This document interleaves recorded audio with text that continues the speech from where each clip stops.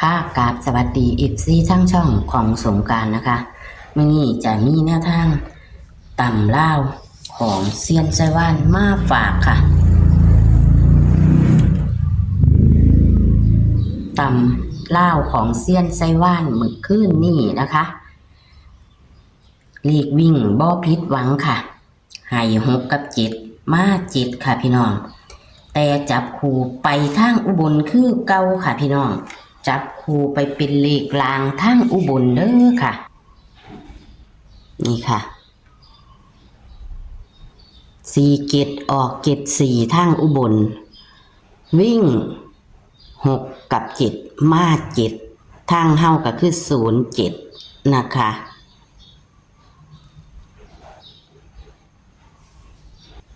เพิ่นก็ชอบไปดีอยู่นะคะเป็นเลขลางทางอุบลนะคะ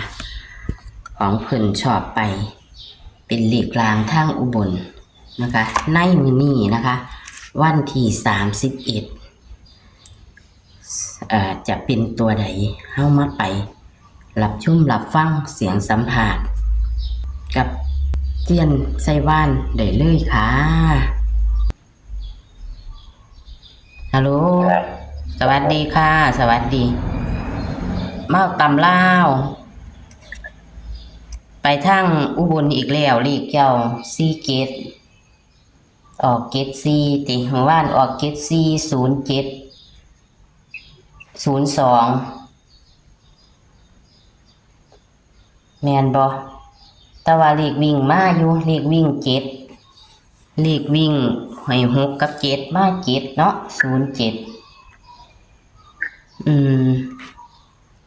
เลขมา0702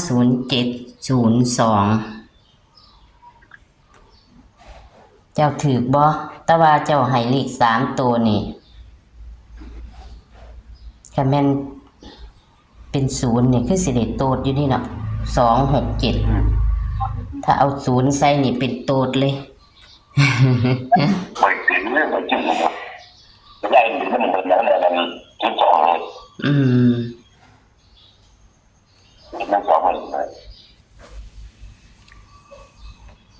ค่ะตัดหญ้าแล้วไปตัดข้าวแล้วไปมันเท่าไหร่ที่ได้ในระดับมันบอกให้ครับไม่ได้แบบได้ก็ที่หาอะไรอย่างนี้ก็เลยก็ถามอะไรบางทีป๊าดถนหน้า15ไร่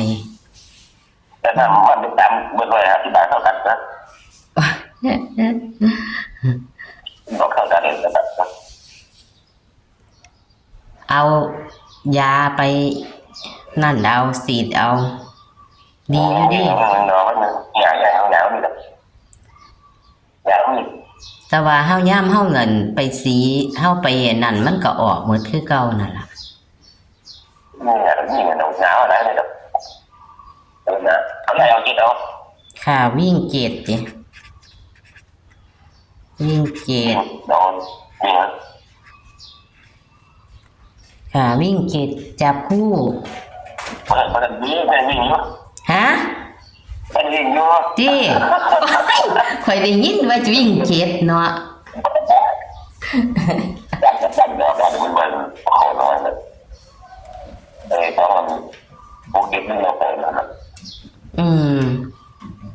นั่นล่ะค่ะแม่น0นี่มันสิได้โตดซะเนาะแล้วถึง6ได้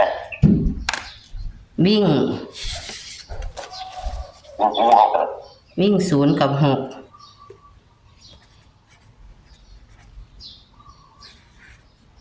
ิ่งมื้อนี้หลายคู่จิ0กับ6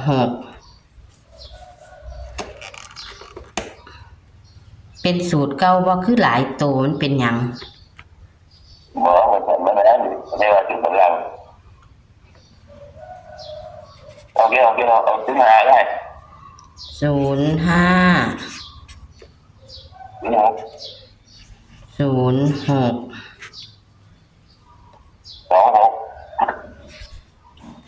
26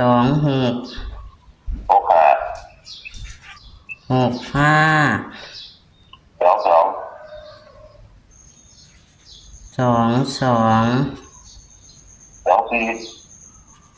22 24 87 สี่ แปดสี่ สี่ห้า สี่ห้า 8 คู่แรก8 คู่ แปดคู่ก็บ่ได้หลายดีล่ะ เราที่เราที่พก ฮะ จะได้เราที่พกอย่างที่พกที่เห็นที่พก 06 8 4 84 2 2 22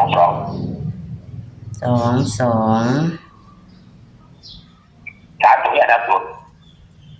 3 ตัว 1 2 6 1 2 6 1 6 5 0 6 5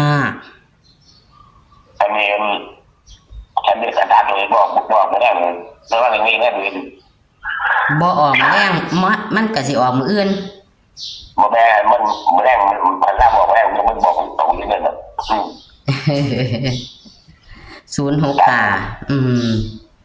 ครับตัว มันเป็นแม่นอยู่มันเป็นมันเป็นเลขบุญของเจ้าบ่แม่นบ่นี่ ก็ไม่ได้เรื่องประเด็น อืม เรื่องประเด็นจะไม่ได้เรื่องประเด็นมีตรงนั้นไปโจ๊กเลย ฝันหรือวางเด้อก่อน ฝันได้ไปโจ๊กเลยมาเลยนะสองเราเลย ฝันว่า แค่นี้เลย เห็นตัวนี้บ่065นี่บ่ แล้วมันสองค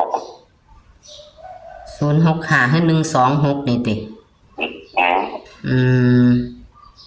แต่ไม่ได้เป็นแง่เราบอกอยู่ที่นี่คือ ซื้อตัวมื้ออื่น ตัดสินใจเลย วิ่ง0กับ6แห้งตัวใดให้เพิ่นรูดตัวใด แง่ครับ 6เนาะ6วิ่งรูด6จับคู่05 06 26 65 22 24 84 45เน้นที่06แล้วก็22แล้วก็84เลข3ตัว126 065เน้นที่065แม่นบ่ค่ะ โอ้ยขอให้บ่มามื้อนี้ก็ขอให้มามื้ออื่นแม่นมามื้อนี้แล้วก็ให้ไปมื้ออื่นนั่น มันถูกเลย หึ โอ้ยถูกป่ะ แม่นวัน ถู ศุ ก ก ไป ร์ โน่นวันแย่ที่ตัวเราเดิน6 ที่ตัวเรา ค่ะ เราไปออกหาตัวเดียวเขาเลย ค่ะ นี่แหละ มากอยู่ มันบอลบอกเขาหา6เดือนเลย เฮิมสิมากลับหัวซะ บอกงานเรื่องเร็วแต่ที่บอกงานที่ 6ขาเป็น9หาได้บ่ วันออกไปงานเก่าป่ะ เป็นหะ บอกอะไรเลย หาเก้ากับ9หาคือเก่านั่นล่ะตัวเดียวกันคือเก่านั่นล่ะค่ะขอบคุณเด้อค่ะ ที่ให้แนวทางค่ะ สวัสดีค่ะ เขียนวันที่30มักจะเขียนผิดตลอดพี่น้องเอ้ยเขียน30แต่ว่าก็เลยเขียนทับเป็นเลข1เป็น31วันนี้ลืมข้าวบอกว่านี่เกียรติแตก3ตัวถาด207นี่คือสิเมน3ตัวโตดเนาะพี่น้องออกอย่าง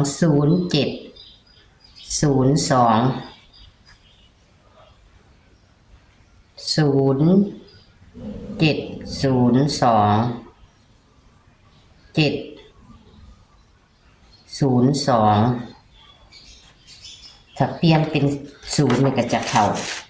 3ตัวโตดตัวนี้แต่ว่าของเพิ่นเลขวิ่งบ่หลุดนะคะ เลขวิ่งเพิ่นบ่หลุดเลขวิ่งให้6กับ7กับมา7เด้อพี่น้อง แต่47เพิ่นไปอุบลอีกแล้วทางอุบลออก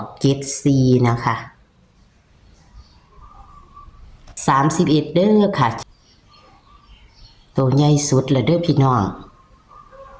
แคปหน้าจอค่ะเน้นๆก็คือ062284เพิ่นให้05062662เพิ่นให้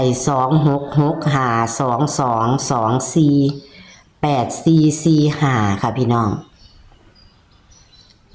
เลข3ตัว126065เพิ่นฝันได้อยู่เด้อพี่น้องบ่ออกมื้อนี้ก็จะออกมื้ออื่นว่าซั่นเพิ่นว่าเน้น065ค่ะตัวเดียวค่ะเลข3ตัวขอให้โชคให้หมานกับเซียนไซว่านต่ำล่าวนะคะมันขึ้นสายวิ่งบ่ผิดหวังค่ะโชคหมานค่ะสวัสดีค่ะ